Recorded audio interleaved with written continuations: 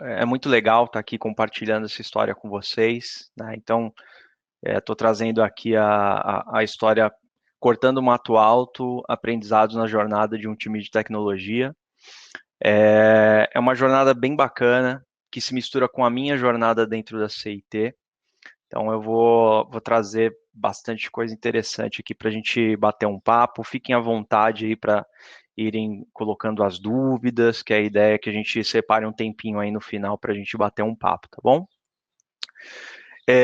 Bom, a ideia é a gente ter interpretação em Libras. O pessoal teve um probleminha técnico, eles vão tentar se conectar logo aqui com a gente, tá? Então a gente vai seguindo aqui para não perder o horário que foi combinado, por isso que a gente já segura um tempinho, tá bom? Então daqui a pouco o pessoal deve comparecer e a gente abre a câmera. Então vamos tentar resolver isso o mais breve possível. Bom, pessoal, então vamos lá. Meu nome é Renato Macedo, eu sou o Squad Leader hoje na CIT. Eu sou cofundador e co-host de um podcast chamado Conversa Ágil, junto com meu parceiro Odair Bonin, que também é meu colega dentro da CIT, meu amigo pessoal, né, e meu parceiro de microfone aí no Conversa Ágil. Eu sou formado em Gestão e Tecnologia da Informação, e venho compartilhar com vocês a minha missão, né, aqui, que é compartilhar, ensinar, aprender, sendo altamente adaptável a novos contextos, usando meus conhecimentos e oportunidades diárias para melhorar os cenários, impactando a vida das pessoas à minha volta e da sociedade como um todo. Tá? Então, essa é a missão que eu desenhei, é a missão a qual eu olho todos os dias, e através do meu trabalho, dos meus estudos, meu conhecimento, das minhas habilidades, eu tento fazer, né, isso diariamente, tá bom? Bom, então eu vou trazer o contexto dessa história, da história dessa jornada. Como eu falei para vocês, ela se mistura com a minha história dentro da CIT. Então, a história que eu vou trazer aqui é o meu comecinho, né, meu primeiro dia de trabalho na CIT, já dentro de um cliente. E a história é o seguinte, né? Qual foi o começo de tudo, né? Essa jornada dentro de um fluxo de valor com Tô só acertando a minha telinha aqui, tá, gente? Então vamos lá. Em junho de 2018, um fluxo de valor começou. Né? Então, o que é um fluxo de valor? São times organizados para conseguirem desenvolver algo de ponta a ponta. Né? Então, ou seja, desde a da detecção da necessidade do cliente, né, até entregar isso na mão do cliente, um produto na mão do cliente, medir, inclusive, para ver se isso está indo no caminho certo, quais as alterações, enfim. Nosso fluxo de valor dentro desse cliente que eu estou comentando com vocês, eram times organizados para solucionar de ponta a ponta. E ele teve início em junho de 2018. Em julho de 2019, a gente teve uma desmobilização. Então, o cliente pediu uma redução, a gente ficou só com um time, no caso, a gente ficou com desenvolvedores, com pessoas desenvolvedoras lá, e não ficou nenhuma liderança nossa, só ficaram lideranças do cliente.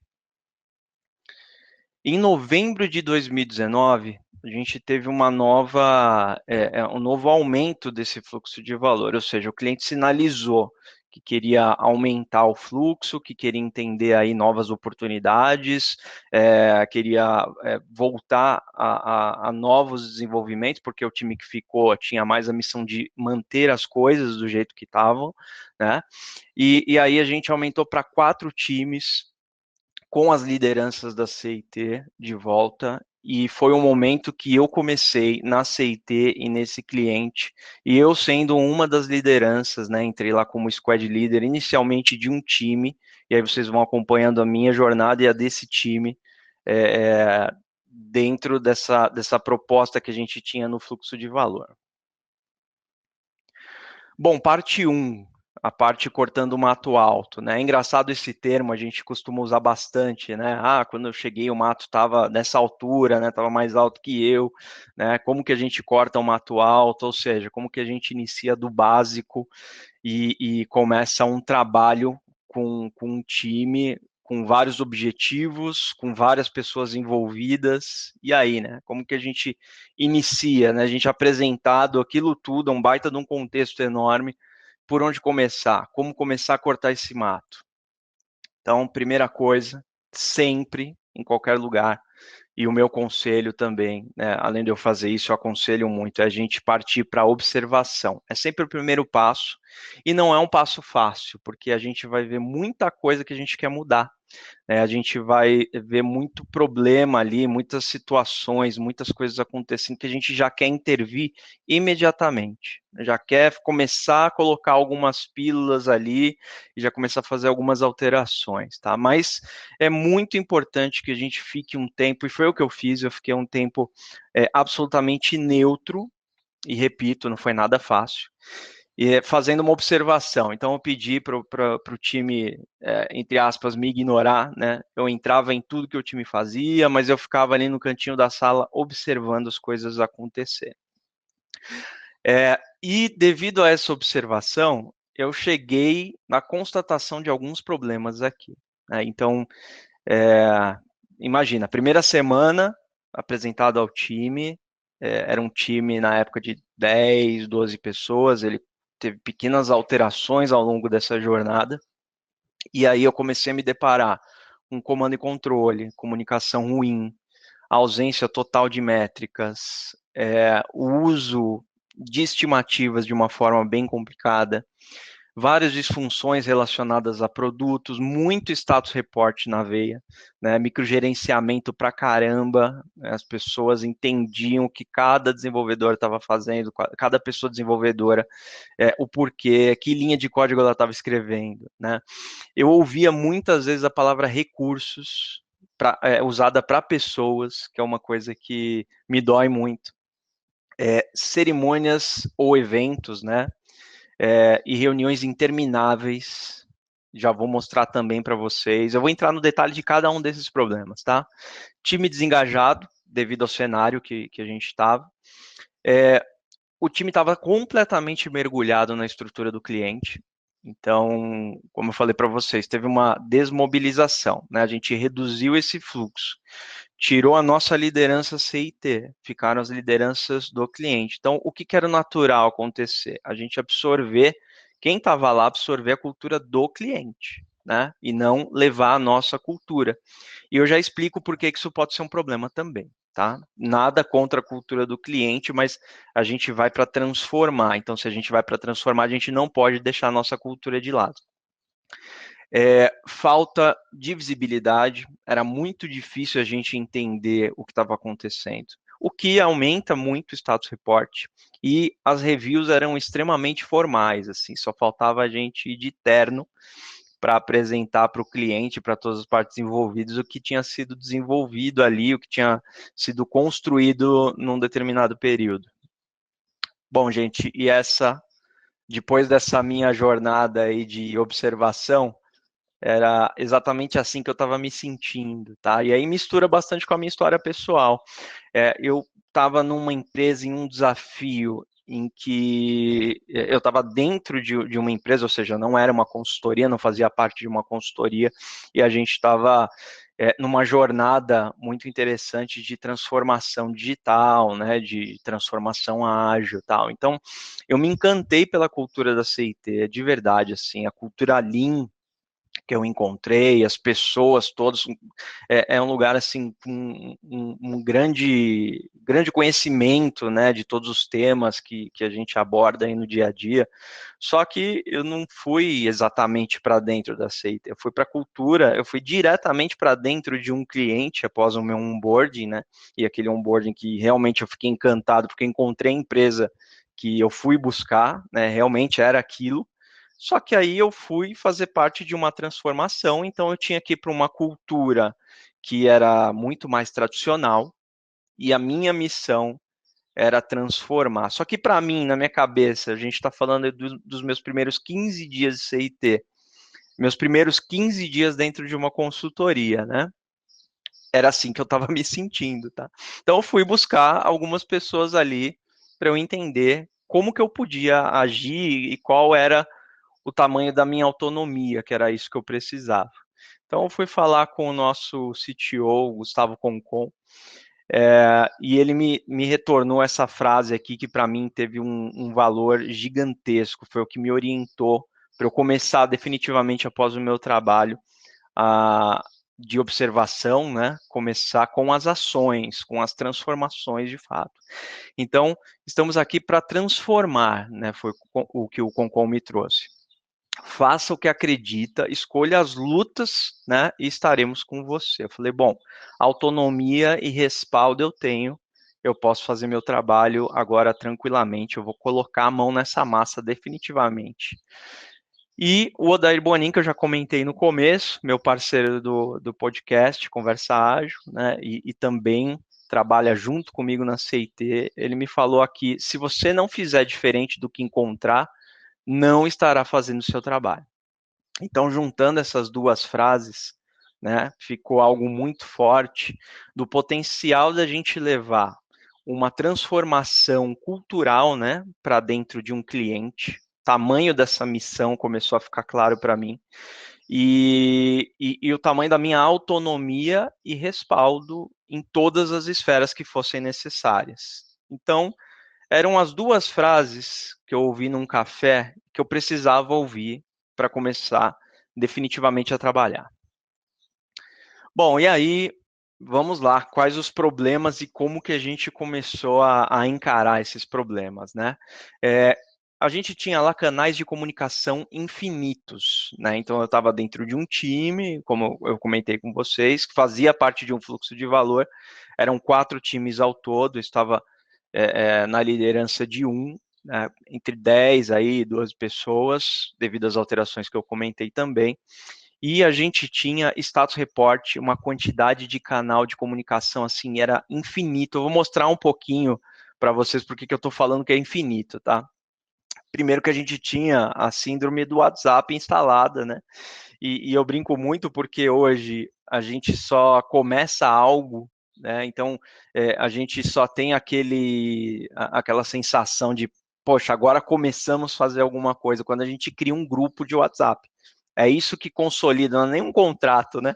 Mas quando a gente cria um grupo de WhatsApp é porque aquela coisa está acontecendo. Só que a gente tinha pelo menos 5 grupos, né? Além dos grupos, né, que fica ali o dia inteiro subindo mensagem, a gente tem as mensagens diretas, porque o pessoal tem acesso ao telefone de qualquer pessoa, então era muito comum todos os desenvolvedores, as lideranças, qualquer pessoa, né, ser contactado através do WhatsApp durante o dia inteiro. E a gente tinha, claro, a cultura do imediatismo, porque quando a gente manda uma mensagem no WhatsApp, a gente fica esperando aqueles 2 risquinhos e, de preferência, os 2 risquinhos azuis o mais rápido possível. Então, quando a gente tinha lá um e-mail, tudo bem, a gente sabe que deve esperar e está tranquilo em relação a isso. Mas quando alguém enviava uma mensagem de WhatsApp, independente do horário, inclusive, o que é muito pouco sustentável, né, a resposta é esperada, né? Existe uma expectativa perigosa dela voltar, de ser retornada muito rápido, né? Bom, então beleza, essa primeira etapa que já era muito complicada. Então a gente tinha também a ferramenta do Google, né, o chat, né, então a gente tinha os canais era um canal da tribo, né, do fluxo de valor inteiro e um canal do time.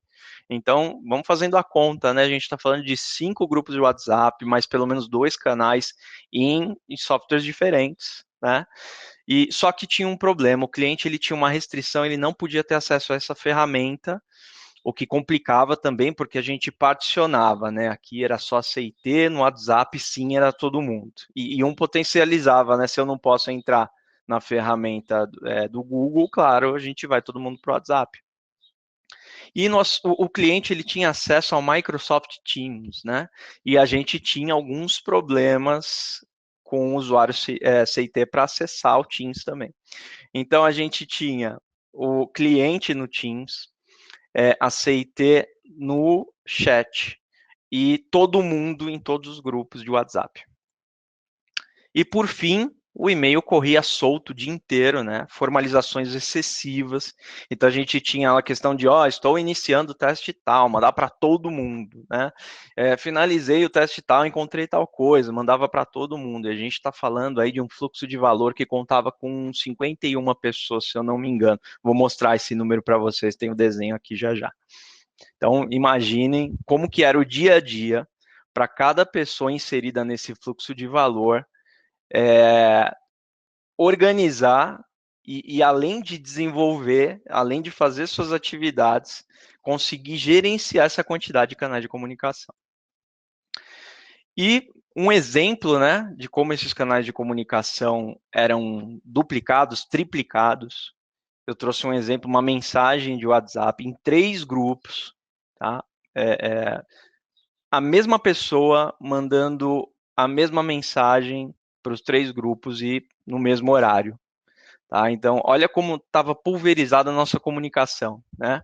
A gente simplesmente saía espalhando a informação de qualquer forma ali, de qualquer maneira, e esperava ela chegar para todas as pessoas que precisassem dela. E por que que essa quantidade de canais assim, é um detrator muito grande para a gente, né? A gente traz esse pequeno cálculo, essa continha aqui, né? De quando eu tenho 3 pessoas, eu tenho 3 linhas de comunicação. Quando eu tenho 4 pessoas, eu tenho a possibilidade de 6 linhas de comunicação, ou seja, as pessoas falando entre si, né? Até que eu chego ali em 14 pessoas, 91 linhas de comunicação. E aí eu estou falando de um fluxo de valor de 51 pessoas e cada time em torno de 10. Vamos arredondar assim para fazer uma média, cada time em torno de 10. Então a gente fala aqui na casa de 45 linhas de comunicação, né? Só que somando com todos os grupos. Então imagina, a gente tem 45 linhas de comunicação e multiplica isso por 5, 6, porque é a quantidade de possibilidades de pontos de contato que a gente pode ter. Então, a vida de cada pessoa inserida nesse fluxo de valor, nesse momento, era uma loucura, né? Então, era um problema muito grande que precisava ser resolvido muito rápido. E aí, a gente saiu conversando, explicando, trazendo essas informações que eu estou trazendo para vocês agora. Né, colocando mesmo assim, deixando exposto, né, olha a nossa quantidade de canais de comunicação, olha como a gente está triplicando mensagens, olha o tempo despendido, né, em relação a essas comunicações, e aí foi um momento assim um momento que a gente fala, poxa, estão absorvendo e a gente está conseguindo avançar com o trabalho, quando aconteceu isso, o grupo do fluxo de valor inteiro, a maioria, né, saiu ali praticamente ao mesmo tempo, quando entenderam o que estava acontecendo ali. Então, os grupos eles começaram a ser extintos, né? Existia um questionamento, poxa, mas por que, né? O grupo é tão bom. Poucas pessoas ficaram nos grupos e até que eles perderam completamente o sentido, a gente foi achar uma comunicação em comum efetiva, né, para todo mundo que estava por lá. Bom, então problema comunicação, check. Vocês lembram a quantidade de problemas que eu trouxe, né? E um desses problemas foi o primeiro aí que eu ataquei, mas junto com o time, né? A gente não consegue realizar nenhuma ação sozinho. A gente planta sementinha e vai trabalhando no dia a dia, o time absorvendo super bem. Eu digo que eu tive uma sorte gigante de entrar num time que respondia tão bem, né, a todos os estímulos, todas as coisas que a gente trazia. Falta de visibilidade era total, gente. Então, assim, se a gente não percebe que o problema existe, né, ele não está lá, né? A gente convive com ele, é esse que é o problema. Então, a nossa ideia, e o que eu comecei a conversar bastante com o time, as pessoas entenderem, é que a gente precisava colocar coisas na parede. É o famoso trazer o bode para a sala. É aquela informação que começa a incomodar, né?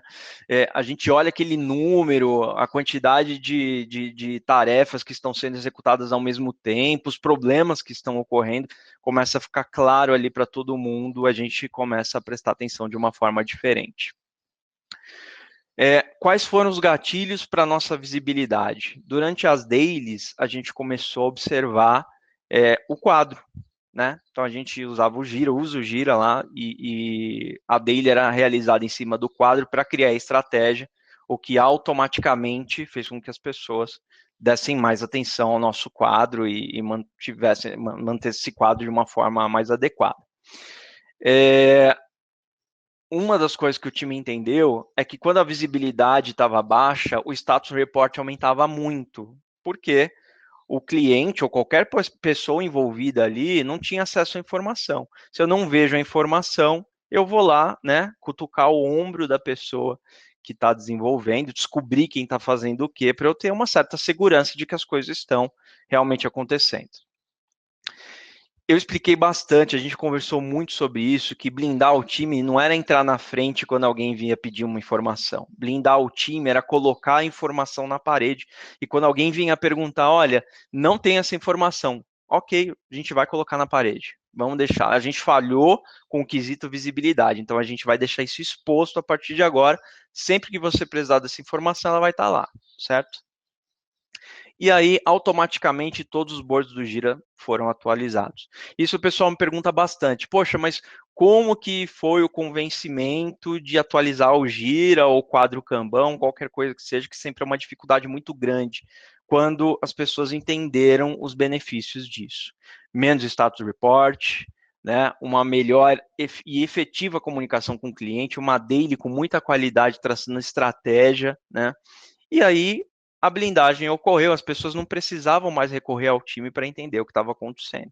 E além disso, a gente começou a fazer muitas melhorias porque via os problemas de uma forma muito clara. Uma terceira coisa que a gente atacou muito fortemente, né?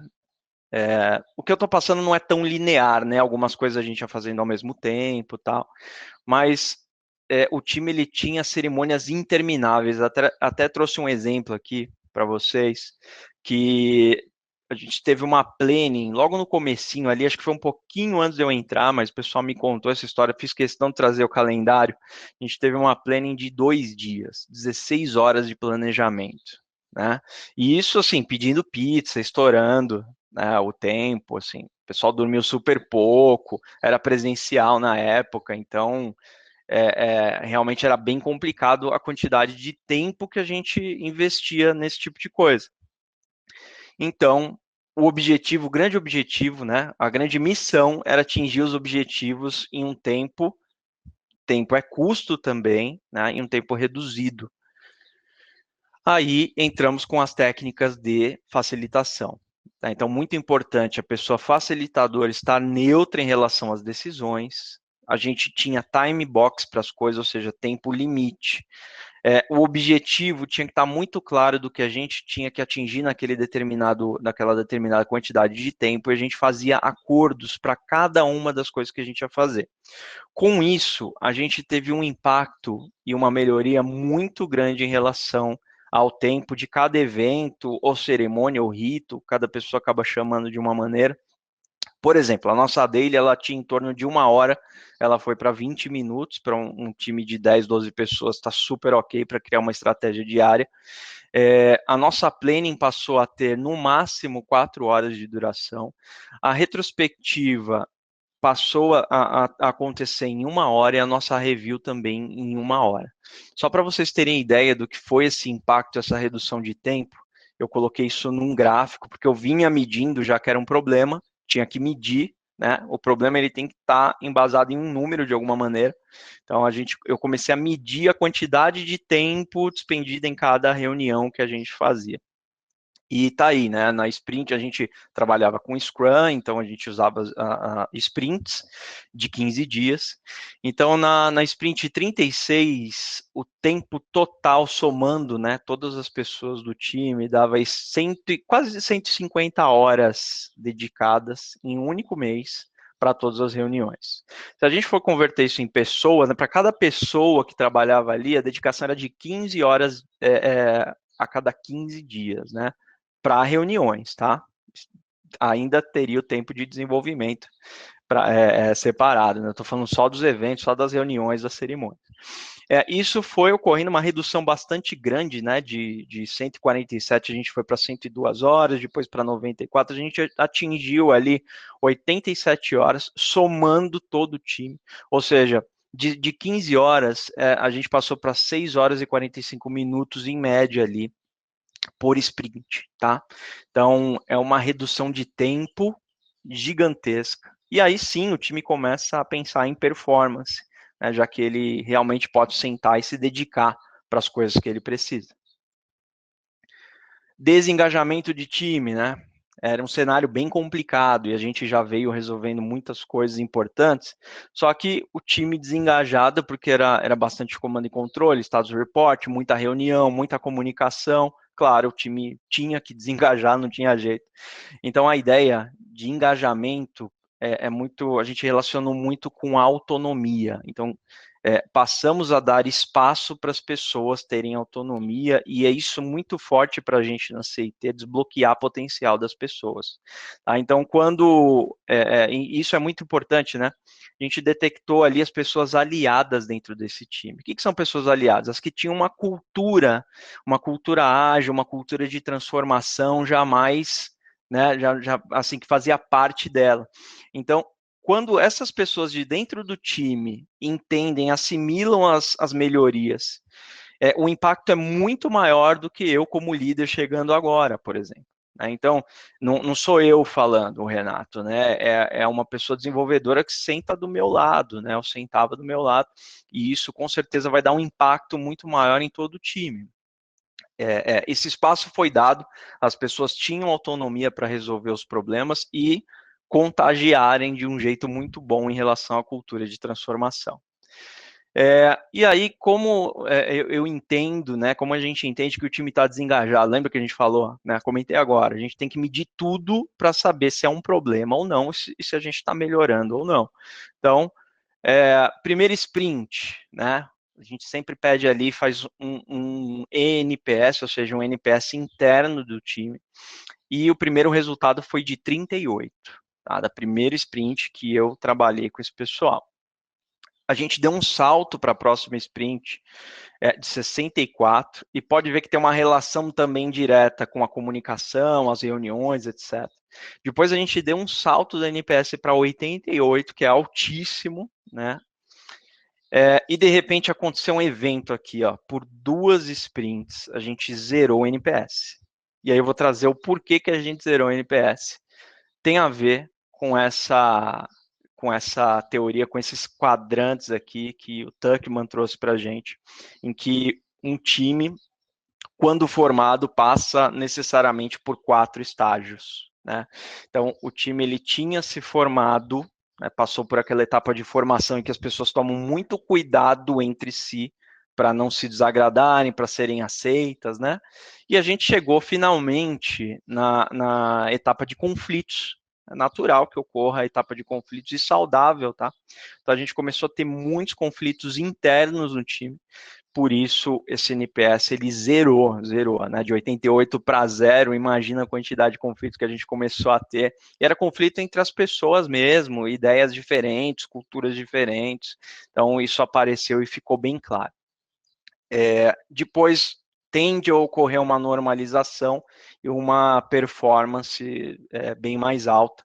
Vocês percebem que depois que a gente passou dessa etapa, eu já vou explicar como a gente passou dessa etapa. Então, vou explicar para vocês, né, o que a gente fez para isso, mas depois o NPS ele aumentou muito aí, foi para 64, 70, 73, chegou a 91, né? Então, você percebe que sempre ficou numa régua muito alta depois que a gente passou pela etapa de normalização e foi para performance, né? Como que a gente fez isso? Muito feedback, muito one-on-one, muito olho no olho, conversar com as pessoas de forma extremamente aberta, transparente, dar espaço para trazerem o que realmente estão entendendo. Então, assim, esse era um trabalho que foi feito com cada uma das pessoas, né? Resoluções de conflitos, né?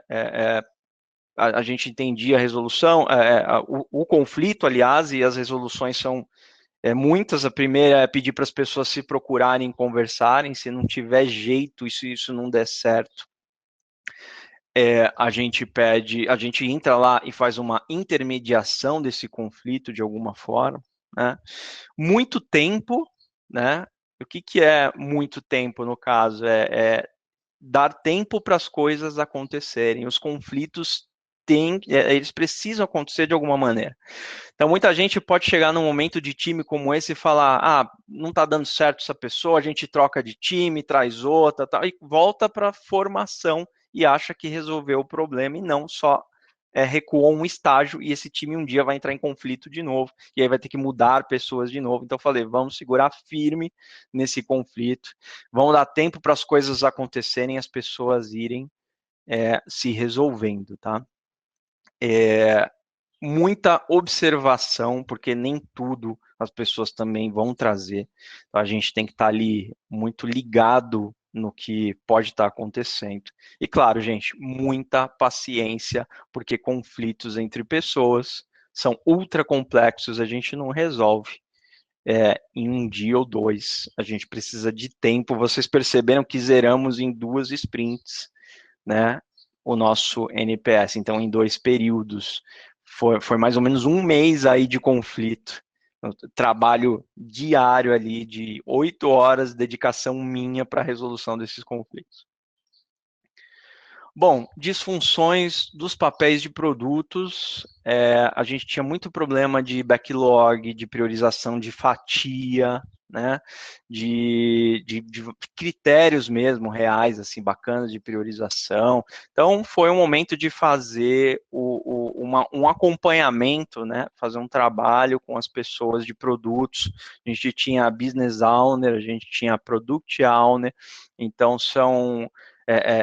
a gente fez um trabalho de, olha, vamos entender aqui a melhor maneira de fatiar, né, chegar num tamanho adequado, vamos priorizar, entender a capacidade do time de absorver. Então, foi feito um trabalho, inclusive, de entender, vou trazer para vocês logo aqui, métricas de produtos, né, e o que a gente está tentando resolver, como que a gente está medindo também, tá? Então, a gente fez um trabalho muito grande em torno de produtos, e o que o time começou a desenvolver a partir desse momento, começou a desenvolver coisas que eles começaram a ver sentido no que estavam fazendo, que também tem muita relação com o engajamento, né? E com o impacto que a gente gera na ponta ali, entregando coisas para o cliente. E aí a gente chega, vocês podem perceber que a gente resolve um problema, ele automaticamente está engatilhado ali, né? Ele está conectado com o outro. Então, ausência total de métricas, e aí chega a hora da gente mostrar os números, hora das conversas ficarem mais maduras. A gente saiu desse momento aqui, a gente ia muito no sentimento, né? Eu acho que isso aqui tá bom, eu acho que isso aqui não tá, eu sinto que melhoramos. Então, vocês podem perceber que para cada problema que eu estou trazendo aqui, eu trouxe evidências de números, né?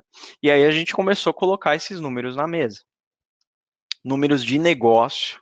Então, a gente começou a entender performance do produto, aumento de vendas, era um e-commerce, né? Redução de vendas, engajamento das pessoas fazendo as compras, enfim. A gente começou a ter um painel, um painel com todos esses números, e aí sim, né, desde o pessoal de produtos envolvidos ali, quanto todas as pessoas desenvolvedoras, elas começaram a se conectar com esses ponteiros, né, para entender o que elas estavam movimentando ou não movimentando ali, quais estratégias realmente deveriam ser realizadas.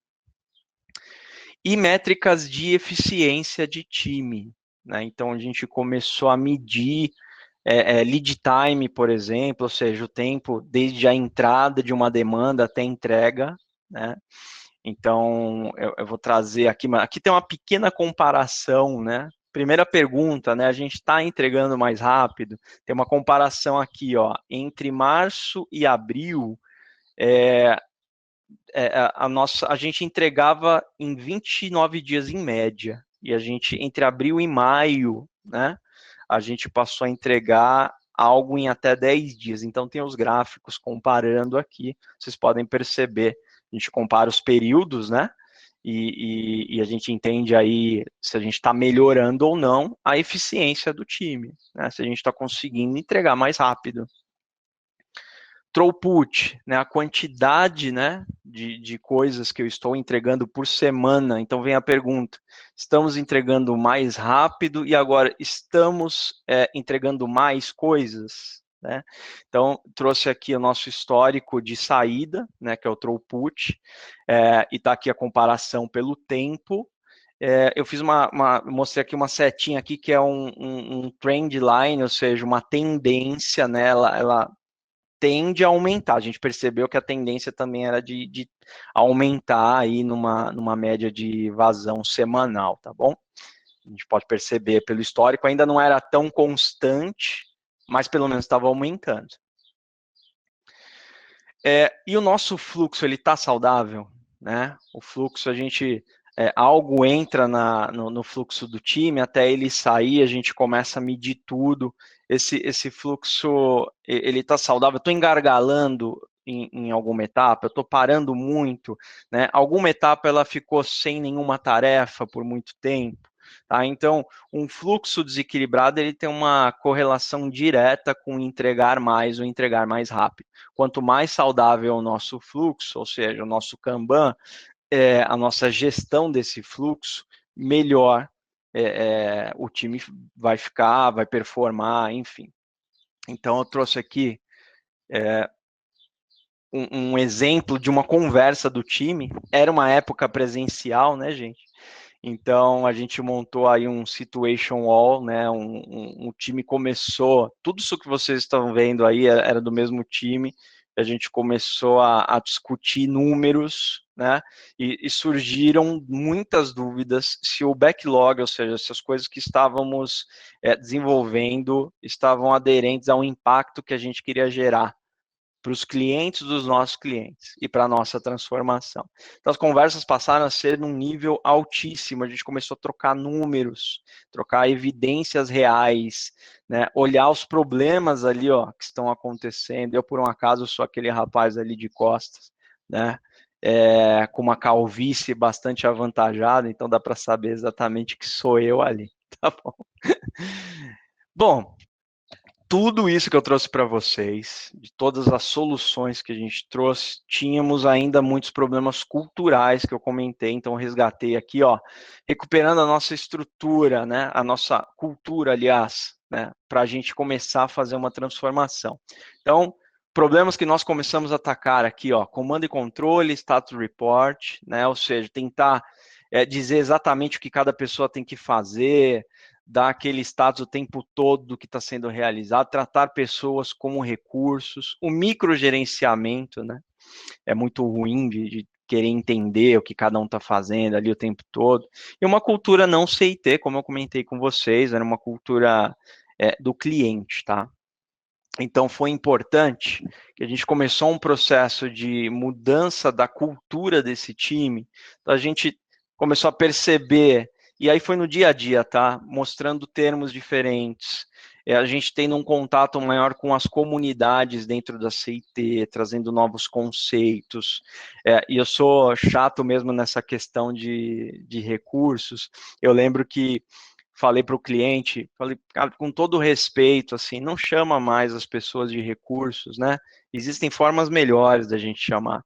E o cliente perguntou, poxa, mas se eu não chamar de recursos, eu chamo do quê? Eu falei, que tal pessoas? Né? Tá resolvido. Então a gente parou de tratar, né, pessoas ali como recursos e as pessoas começaram a serem vistas como pessoas solucionadoras de problemas. A gente trocou o status report pela visibilidade.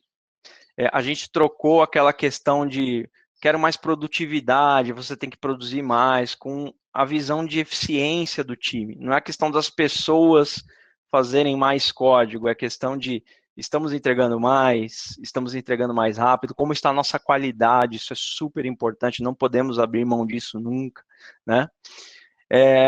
Comando e controle a gente troca por confiança e autonomia, né? As pessoas precisam ter autonomia, tomar decisões. Era engraçado que o pessoal estava acostumado de liderança tomando decisão, às vezes ficavam olhando para mim, esperando uma decisão absoluta, e eu falava, não, gente, vamos decidir isso junto como um time, né?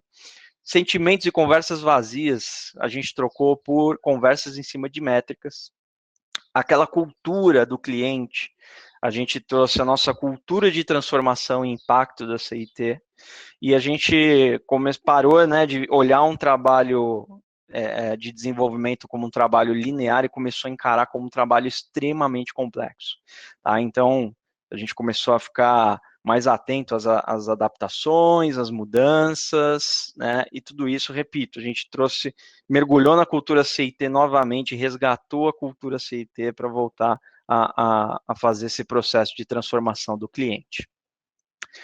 Bom, tínhamos problemas de estimativas que eu comentei com vocês. Então, o time estimava em horas. Tem até uma brincadeira aqui, né? Horas, minutos, segundos. Então, temos aqui uma história. Então, vamos dividir essa história em 7 tarefas. Tá bom. Quanto tempo nós demoramos para fazer cada uma das tarefas? Essa aqui 1 hora, essa aqui 5, essa aqui 4, enfim. Por isso explica também aquele planejamento de 16 horas. Imagina entrar nesse nível de detalhe. Então, o primeiro movimento que a gente fez, e foi muito bacana, lembra que eu falei de autonomia e desbloquear potencial? Foi a ideia de uma das pessoas lá do time, né? O Luiz trouxe essa ideia e o time comprou, porque ele já tinha tido essa experiência. Então, a gente parou de estimar em horas, etc., a gente começou a estimar em dias, o que já reduziu bastante o tempo. O segundo passo foi parar de estimar em dias e começar a olhar a previsibilidade baseada nos dados históricos do time. Como que a gente fez isso? Vou dar um exemplo aqui. Demandas nasciam com datas fixas. Por que fixas entre aspas? Porque se não é Black Friday, se não é Natal, se não é algo assim imutável, né? Não é tão fixa, é um desejo, né? E claro, desejo por motivos nobres, de responder ao mercado, etc. Então, vou dar um exemplo de uma demanda que nasceu e era começo de março, primeiros dias de março, e a entrega tinha que ser realizada até dia 31 de março, ou seja, vocês têm um mês para fazer isso aqui. Então, a gente usava lá um software, né? Um softwarezinho com as métricas todas, e existe a simulação de Monte Carlo, e essa simulação, ela resgata o histórico de entregas do time, e ela traz quando que é possível entregar uma quantidade de demandas, né? Então, a gente fez a simulação aqui, ó, com 19 histórias, a gente tinha 50% de risco de não fazer essa entrega na data. 30% de risco entre 1º de abril e 9 de abril, 15% de risco, aí já começa a ficar melhor a conversa. Dá para assumir 15% de risco, 50% e 30% é mais complicado. Entre 10 de abril e 23 de abril e 5% de risco a partir do dia 24 de abril. Então foi interessante porque a gente rodou essa simulação no comecinho de março, assim que pediram a demanda e a gente entendeu e compreendeu essa demanda, a gente já avisou todo mundo, falou, pessoal, vamos fazer de tudo para entregar até dia 31 de março, mas esse é o nosso cenário em cima da estatística, em cima de uma simulação chamada simulação de Monte Carlo, em que ela pega os dados históricos do time e faz milhares de simulações até chegarem nesse tipo de resultado aqui. Interessante que a gente entregou mesmo na faixa verdinha, a gente entregou ali em torno do dia 23 de abril.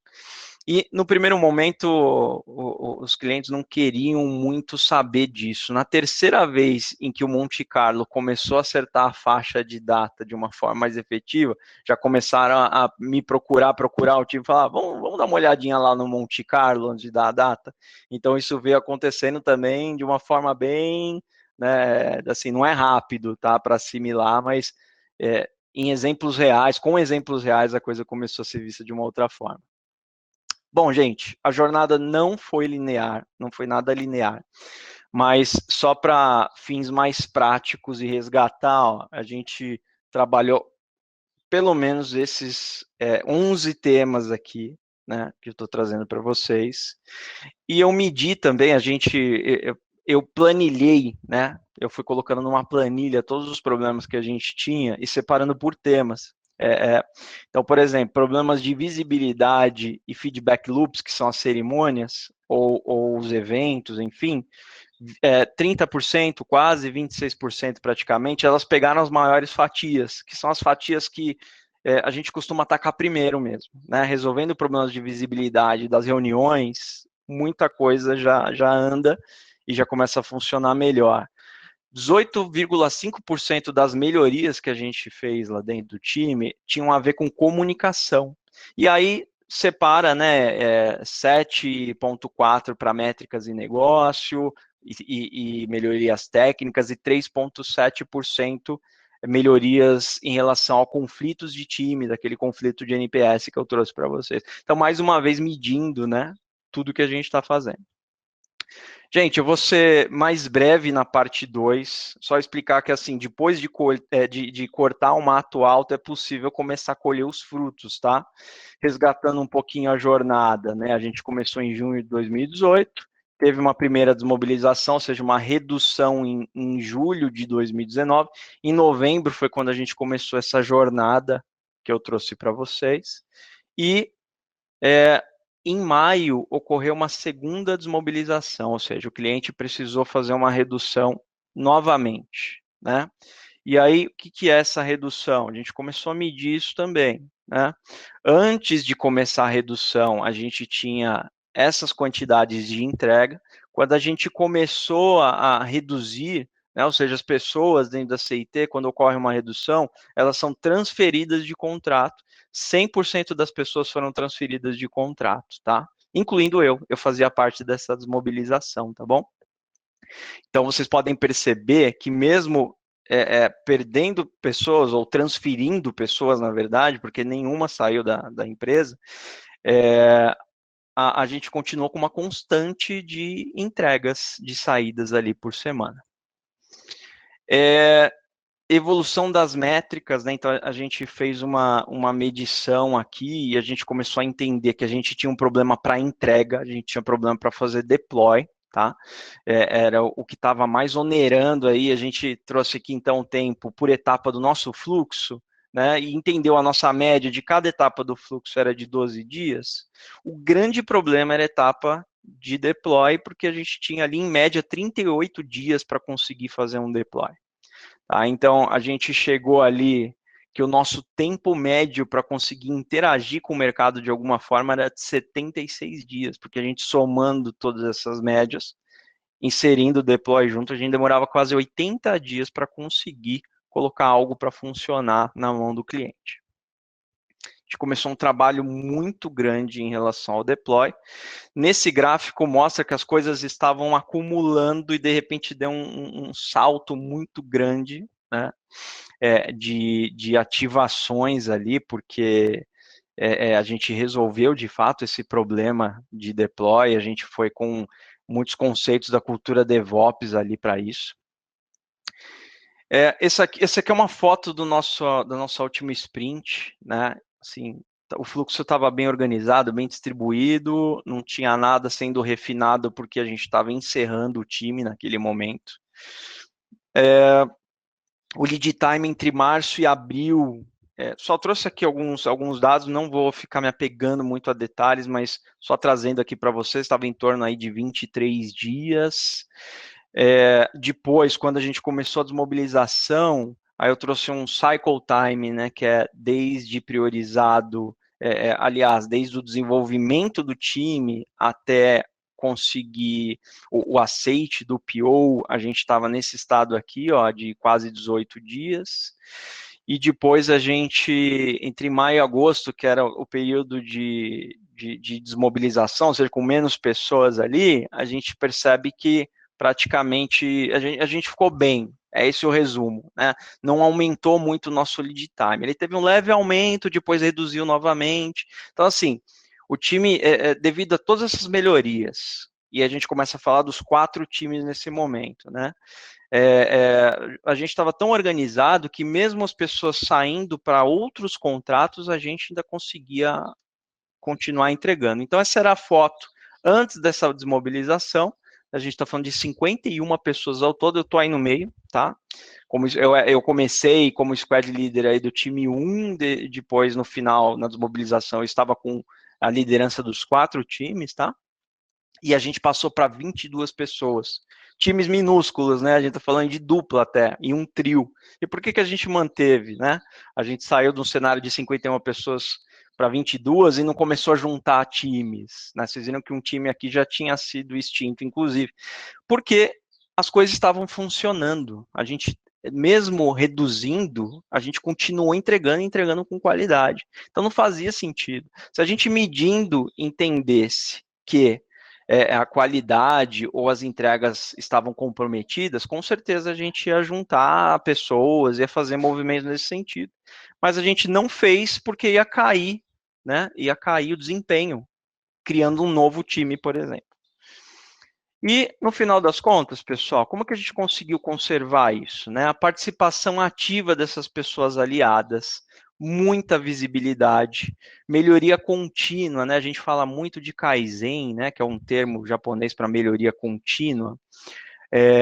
O tempo todo ali, era parte da nossa cultura, né? Poxa, não tá bom, como que a gente melhora? Baixa ou nenhuma dependência em relação ao papel do agilista ou de líder. As pessoas não dependiam da minha presença para fazer uma boa daily, não dependiam da minha presença para fazer um planejamento de qualidade, enfim.